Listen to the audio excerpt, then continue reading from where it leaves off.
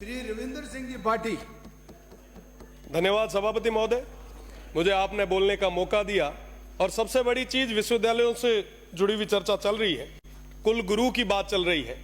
गुरुर ब्रह्मा गुरुर विष्णु गुरुर देवो महेश्वराय गुरुर साक्षात परब्रह्म तमसे श्री से गुरुवे नमः। गुरु की जब बात करते हैं तो अपने आप में बहुत बड़ी एक छवि होती है। कुल गुरु की चर्चा चल रही है, कुलपति की जगह हम कुल गुरु का नाम ले आ रहे हैं। मैं स्वागत करता हूं आपका, आप ले आए, बहुत बढ़िया काम कर रहे हैं। मेरे से पहले माननीय भरतपुर से आने वाले सदस्य ने कई सारी चीजें कही। सही बात है कि साहब यूजीसी आपको वैलिड करेगी नहीं करेगी, क्या पता कल के समय में कुलगुरु कहीं पे साइन करते हैं, वो डिग्री अगर कैंसिल हो गई तो क्या होगा। हमारे यहां से कोई ग्रेजुएट करके कोई फॉरेन जा रहा है और वहां पे सब देखता है कि साहब वाइस चांसलर के सिग्नेचर ही नहीं है, तो उसको 4-4 बार धक्के खाने पड़ेंगे। आप इसके लिए कुछ ना कुछ एक ठोस चीज ले आए, मेरा तो यही निवेदन है। क्योंकि गुरु की बात है तो मैं उनके सामने या उसके विषय में आपके खिलाफ तो नहीं बोलूंगा, और गुरुओं की तो इज्जत हमेशा हम करते ही आए। गुरु गोविंद दोनों खड़े काके लागू पाए, बलिहारी गुरु आपने गोविंद दियो बताए। बहुत बड़ा नाम है, आप करें, स्वागत है आपका। पर मेरा निवेदन है कि आप विश्वविद्यालयों के बारे में भी सोचें। मैं जोधपुर यूनिवर्सिटी में 2019 से लेकर 22 तक छात्र संघ का अध्यक्ष रहा, खूब बार धरने दिए, प्रदर्शन किए।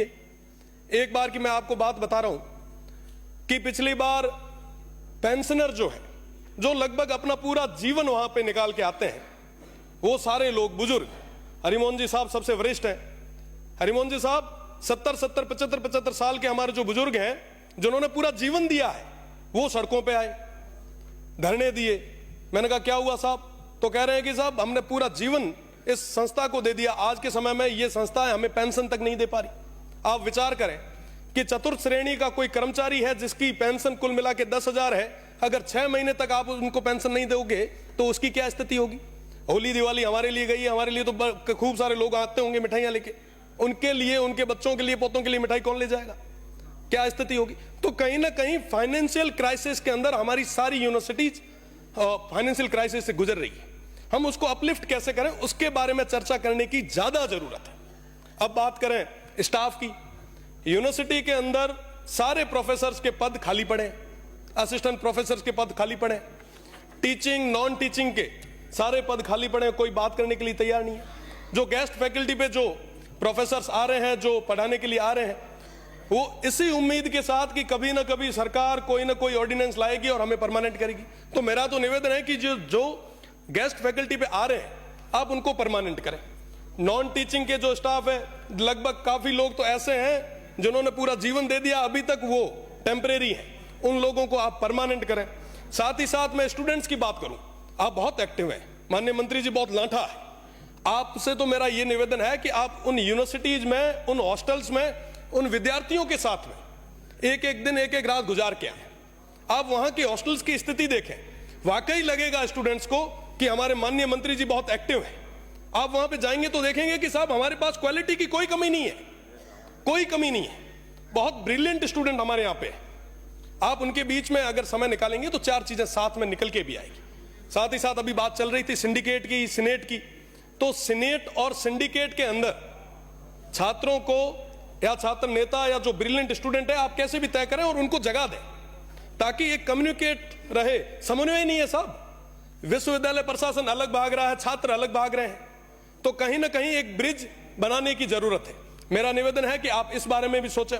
साथ ही साथ मैं स्पोर्ट्स की बात करूंगा साहब। आज के समय में यूनिवर्सिटीज का स्पोर्ट्स हम बात कर रहे हैं साहब, पंजाब हरियाणा में इतने खिलाड़ी बाहर जा रहे हैं, इतना बढ़िया बढ़िया परफॉर्म कर रहे हैं। हमारे स्टूडेंट्स को क्या हुआ साहब? वो इसलिए खेल नहीं पा रहे हैं कि साहब उनके पास ना तो पूरे संसाधन है, ना वहां पे पूरे शिक्षक है। मेरा निवेदन है कि अपन इस बारे में हमें बात करनी पड़ेगी। आज एआई का जमाना आया है, टेक्निकल चीजों का जमाना आ गया है। हमारे बच्चे आज के समय में ग्रेजुएट होके बेरोजगार होते जा रहे हैं। एक लंबी फेरियस्त हमारे पास, एक दिनों दिन ये आंकड़ा बढ़ता जा रहा है। साहब हमें विचार करना पड़ेगा कि हम जिस ओर जा रहे हैं, क्या वो रास्ता सही है। साथ ही साथ मेरा तो यही विशेषकर निवेदन माननीय मंत्री जी से रहेगा कि आप वहां जाएं। साथ ही फीस का मामला है, बहुत बड़ी चीज है, बहुत गंभीर समस्या है माननीय सभापति जी। मैं उस छात्र संघ का अध्यक्ष भी रहा, छात्रों के बीच में काम करने का मुझे मौका भी मिला। वेस्टर्न राजस्थान की सबसे बड़ी यूनिवर्सिटी थी, मैं वहां देखता था कि साहब ग्रामीण परिवेश से जो आने वाला विद्यार्थी है वो अपनी ग्रेजुएशन के साथ साथ तैयारी भी करता है। कई सारे हमारे भाई ऐसे हैं जो कहीं ना कहीं काम भी कर रहे हैं, पार्ट टाइम जॉब भी कर रहे हैं। आप उन पे फीस बहुत ज्यादा तरीके से बर्डन डाल रहे हैं। आप विचार करें कि पिछले 2 साल पहले मैं एक बार देख रहा था, अखबार देख रहा था, उसमें लिखा हुआ आया कि साहब 4 गुना हमने फीस बढ़ा दी। इस तरीके से अगर हम फीस लाते गए तो साहब ग्रामीण परिवेश से आने वाला वो विद्यार्थी है वो कहां जाएगा, वो कैसे तैयारी करेगा? तो कहीं ना कहीं उनके हितों के बारे में भी सोचने की जरूरत है। साथ ही साथ क्लासेज वगैरह की अगर मैं बात करूं, लगभग सभी विश्वविद्यालय से निकल के आए हैं। हमारे मनीष भाई हंस रहे हैं, तो मनीष भाई आप देखते होंगे कि कहीं पे भी क्लासेज पूरे तरीके से नहीं लग रही। आज हमारे स्टूडेंट्स जो है वो परेशान हो रहे हैं। अगर बात करें प्रोफेसर से तो कहते हैं कि साहब स्टूडेंट नहीं आ रहे, स्टूडेंट कहते हैं कि साहब प्रोफेसर नहीं आ रहे। तो ये जो सिस्टम है इसको सही करने की जरूरत है। और मैं दावे के साथ कह रहा हूं कि अगर हमने समय रहते इस सिस्टम को सही नहीं किया तो कोलैप्स हो जाएगा ये सिस्टम।